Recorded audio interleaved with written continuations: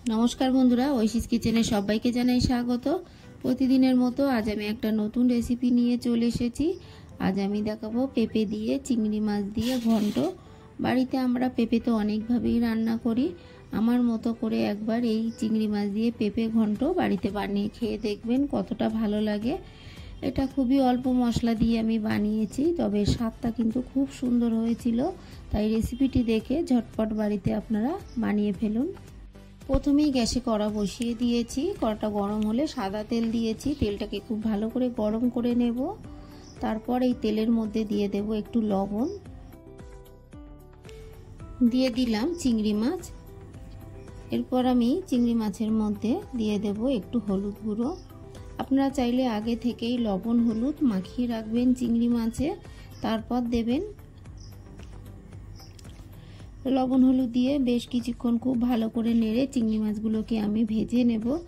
রান্নাটা আমি সাদা তেল দিয়ে করছি, তবে আপনারা চাইলে সরষের তেলেও করতে পারেন রান্নাটা।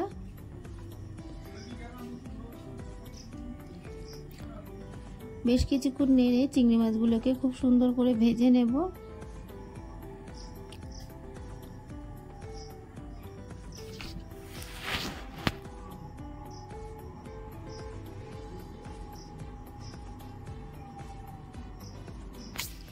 দেখুন চিংড়ি মাছগুলো ভাজা হয়ে গেছে। চিংড়ি মাছগুলোকে তুলে নেব।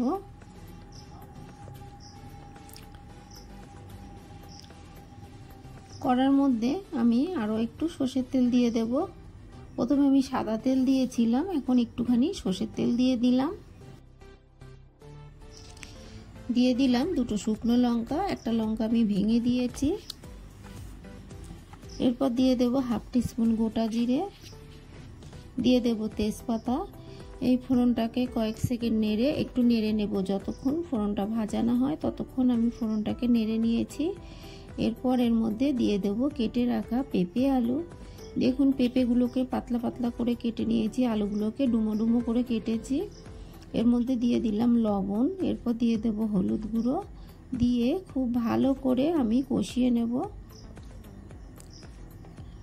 রান্নাটা খুবই সহজ, তবে শেষ পর্যন্ত না দেখলে আপনারা পুরোটা বুঝতে পারবেন না। তাই পুরোটাই দেখবেন, দেখে বাড়িতে বানাবেন। আপনাদের কেমন লাগলো আমাকে কমেন্ট করে জানাবেন। আমার এই রেসিপিটি আপনাদের ভালো লাগলে প্লিজ আমার চ্যানেলটিকে সাবস্ক্রাইব করে পাশে থাকা বেল আইকনটি ক্লিক করে দেবেন। তাহলে আমি যখন কোনো নতুন ভিডিও ছাড়বো আপনাদের কাছে পৌঁছে যাবে। খুব ভালো করে পেঁপে আলুটাকে কষিয়ে নেব।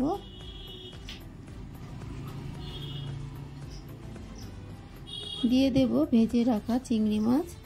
মাছগুলোকে দিয়ে আমি আবারও একটু কষিয়ে নেব। কষিয়ে নেওয়ার পর আমি দিয়ে দিলাম 3টে চেরা কাঁচা লঙ্কা। ঝালটা আপনারা যেমন খান তেমনই দেবেন। আমি শুকনো লঙ্কা দিয়েছি, তারপরে কাঁচা লঙ্কা দিলাম। ঢাকা দিয়ে একটু রেখে দেব। ঢাকাটা তুলে আমি আবারও একটু নাড়ব। খুব ভালো করে কষিয়ে নিয়েছি। এরপর দিয়ে দেব পরিমাণ মতো জল। আপনারা যতটা গ্রেভি রাখতে চান সেই মতোই জল দেবেন। আমি খুব বেশি গ্রেভি রাখবো না, তাই জলের পরিমাণটা একটু কম করে দিলাম।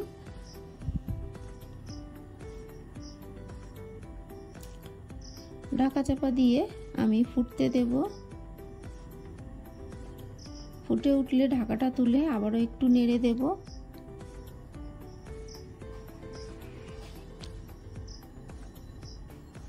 আবারও ঢাকা দিয়ে বেশ কিছুক্ষণ আমি রেখে দেব।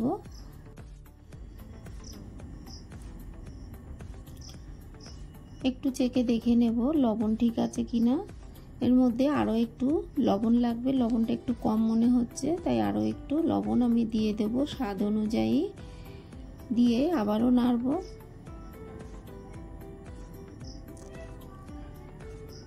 ভালো করে নেড়ে নিলাম। এবার ঢাকা দিয়ে আরো বেশ কিছুক্ষণ আমি ফুটিয়ে নিয়েছি।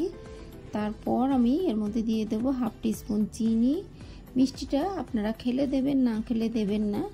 অল্প একটু মিষ্টি হলে ভালো লাগে তাই দিলাম। যারা খান না তারা দেবেন না।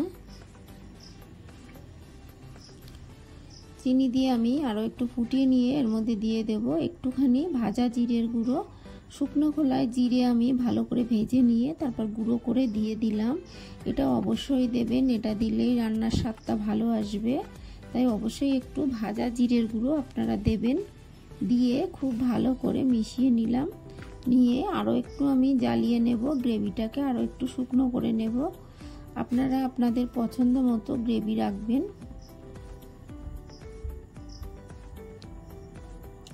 দেখুন রান্নাটা আমার হয়ে গেছে, গ্রেভিটাও শুকিয়ে গেছে, আর এটা খেতে কিন্তু দারুণ হয়েছিল। গ্যাসের ফ্লেমটাকে আমি অফ করে দেব। দেখুন ঠান্ডা হলে কালারটা কতটা সুন্দর হয়েছে, আর খেতেও কিন্তু দারুণ হয়েছিল। আমার এই রেসিপিটি আপনাদের ভালো লাগলে প্লিজ আমার চ্যানেলটিকে সাবস্ক্রাইব করে পাশে থাকা বেল আইকনটি ক্লিক করে দেবেন। তাহলে আমি যখন কোনো নতুন ভিডিও ছাড়বো আপনাদের কাছে পৌঁছে যাবে। রেসিপিটি ভালো লাগলে একটা লাইক করতে বলবেন না। রেসিপিটি কেমন লাগলো আমাকে কমেন্ট করে জানাবেন। ভালো থাকবেন, সুস্থ থাকবেন, আবার দেখা হবে পরের ভিডিওয়। পুরো ভিডিওটা দেখার জন্য সবাইকে জানাই অসংখ্য অসংখ্য ধন্যবাদ।